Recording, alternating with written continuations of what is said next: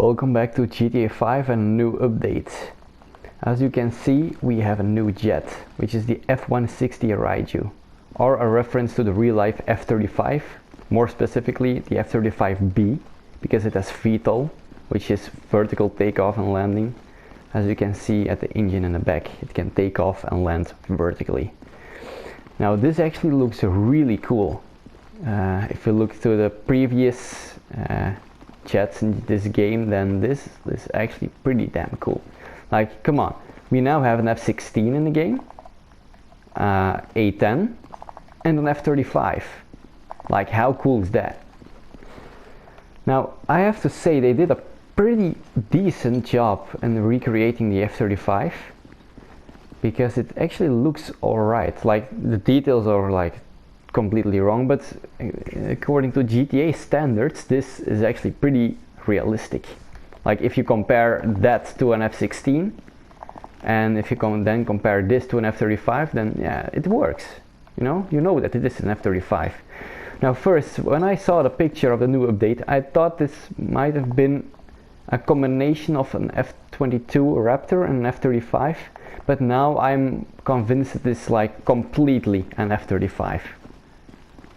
Because it has not enough features to be a combination of the F-35 and the F-22. It's F-35 100%. Maybe at the front and you see these air inhales, but no, I think this is like completely an F-35, but that's cool. As you can see, it has some details on it, but it costs about 6.8 million full price and 5.1 in trade price. However, you can go to the aircraft workshop, put armor on it, engine full and handling, race handling. I suggest to put all these three at 100% because it's very useful. You can also choose to put a livery on it. As you can see, there are some pretty cool liveries actually, definitely for a shaped jet like this. This is, by the way, a more Russian livery, which I don't recommend put it on because it looks bad in my opinion. But the other ones, well, some of them are actually ridiculous, like these two here, but the other ones are actually, they can work, yeah. But I left it clean for now, just for the rest of the day. Of course, you can also respray it. But let's go out of the hangar and let's take a look at the whole aircraft outside. Now, if you spawn with the F-160, you will always be in VTOL mode. So on PlayStation, that's your L3 control, just hold it down. So that's actually your landing gear button, but just hold it down. And you can switch to VTOL mode and CTOL. CTOL is conventional takeoff and landing, which is just straightforward taking off. Let's take a look at the cockpit first. As you can see, it actually looks pretty modern, really cool for GTA. Of course, the details are completely wrong, like completely, but that's not important. This is a game, of course. So let's just take a look at the things that actually work in this game. Now we have a few gauges and a few measurements here. If you take a look all the way at the left, you can see this gauge with half blue and half brown circle, where I'm looking at right now. You see that? That's called the ADI, or Attitude Director Indicator. It exists of two circles, the inner circle and the outer circle. The inner circle will stay mainly stationary, horizontally, because the outer circle of the ADI will turn if you turn your wings. So this is your horizontal, or your attitude director, right? So if you tilt your right wing towards the ground, then the outer circle of the ADI will turn with you. If you go up and down, then the inner circle of the ADI will go up and down as well. If you see more brown in that inner circle, you're going towards the ground. If you see more blue in that inner circle, you'll be going more towards the sky, so that means upwards. So that's very useful, the ADI, if you're like in first person and you can't see very well because it's misty, then you can base yourself on the ADI to know how you're tilted. We'll be showing you that in a minute. But under the ADI, we have a kind of compass. Well, it looks like a compass. You see that with the red arrow in the middle? That's called a HSI, or Horizontal Situation Indicator. basically it just works like a compass. The arrow will point at the direction you're in, like west now, you see. But it's called an horizontal situation indicator because it is a compass, but it's just shown vertically for a pilot. So that's basically that. Same thing here. If you don't have a map or whatever for some reason, or you want to fly on instruments, you can use the HSI. I also use the HSI with my friends in combat, but let's not go over that right now. As you can see, we also have a few things on the panel here. We have, like, seems to be a radar, but that doesn't actually work, so I just recommend using the mini-map that GTA calls the radar in this game. A few, well, outlinings of this aircraft which don't really work. It just looks cool, so I'm happy they're there. If you look on the left of the HSI though, you can see a handle, like a white circle with a handle on there. That's actually your landing gear handle, but that doesn't work in this game, so don't pay attention to that. However, if you look on the right of the radar there, you can see a few measurements. You can see the first thing there is airspeed, left on the top left corner there. It says airspeed. If I pick up speed, you can see the airspeed increase. Now, I recommend to not use this instrument in this game because it doesn't really work very well. Sometimes it acts really weird, so I recommend to not use that speedometer. Now, if you look on the right of the airspeed, you see another measure with the arrow pointed towards the left, that's 0. That's called the vertical speed. So that's how fast you're ascending or descending. If you're ascending, then the arrow will shift towards 0.5, 1, 1.5, which means you are ascending with 500, 1000 or 1500 feet per minute. It's in feet per minute. But that's to be used relatively, because in this game that doesn't work absolutely. So we'll show you that in a minute. Now, under the airspeed we have an oil gauge, which doesn't really work in this game. Okay, I can take off and you can see nothing change. Like if you fly for a very long time, I don't think it will change either. So it's just there for cosmetic purposes. And I think I just made a hard landing. No problem. But if you look at the left of the oil there, you can see the altimeter. It says alt, which is altitude, and that's you can see two arrows, a short fat one and a long thin one. The short fat arrow points at the altitude in 1000s of feet. The long thin arrow adds 100s of feet to that. So right now we are 100 feet above sea level, right?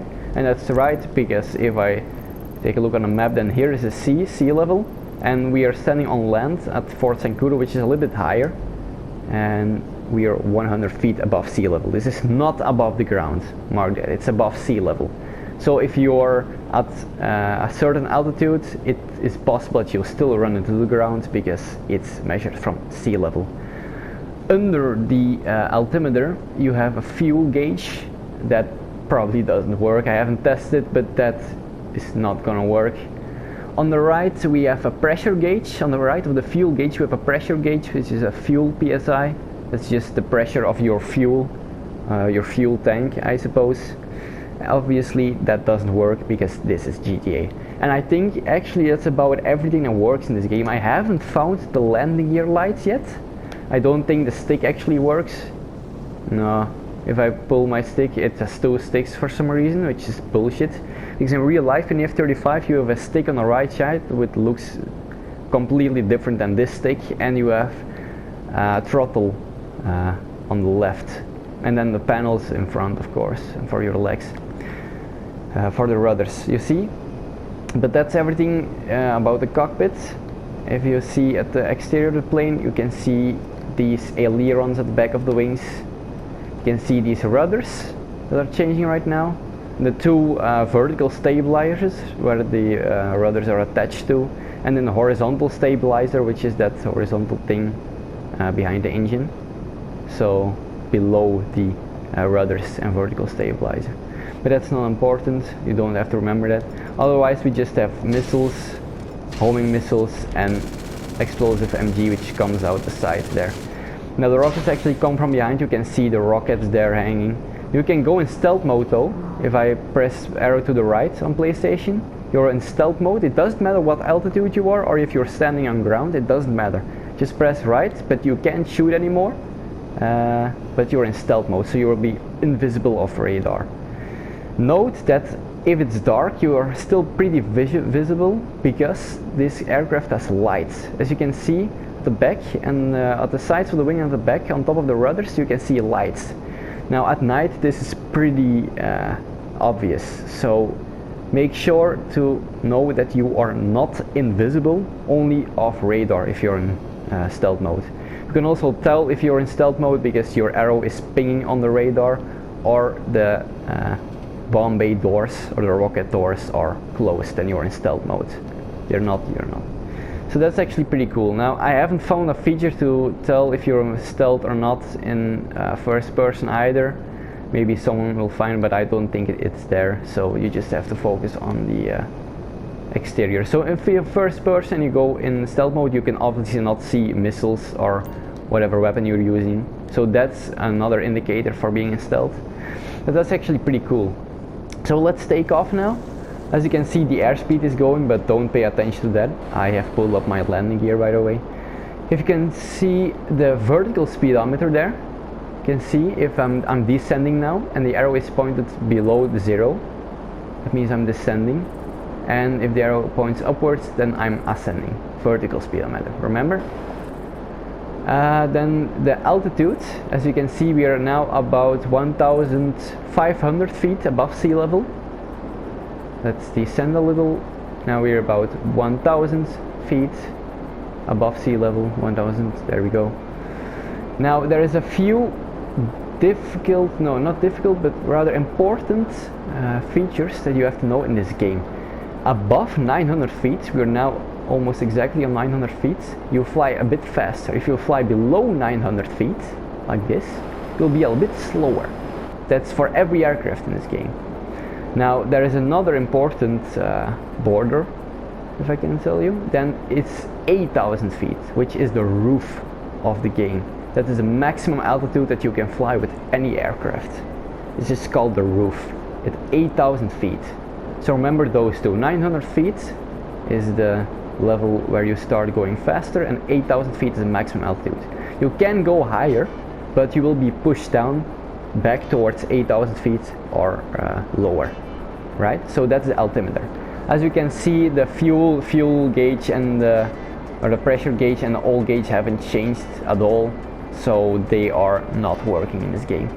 Now if you take a look back at the HSI, the compass, if you will, then yeah, it works like a compass. So now we're just going south. Now we're going west there. See, that's just that. Now look at the ADI. I'm turning my wings a little bit. As you can see, my left wing is pointed towards the ground. The outer circle of the ADI shows that, because on the left side of the outer circle of the ADI I can see a brown half circle. That means the ground is on my left and the sky is on my right, because that's the blue.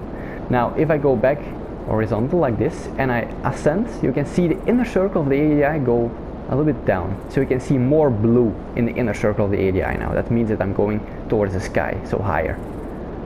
And as you can see, we have reached 8,500 feet and the game is pushing me down. There, back at 8,000 feet, and now I can climb a little bit. See? That's the maximum altitude in the game, 8,000 feet. Take a look at the ADI one more time. Now we're upside down. The outer circle shows a half brown circle on top. That means that the ground is right on top of us. So that actually works pretty well, really good. That's everything you should know about this aircraft. Now next lesson I'm gonna tell you how to fly with this thing, which is a little bit more complicated than you would expect. So see ya next time.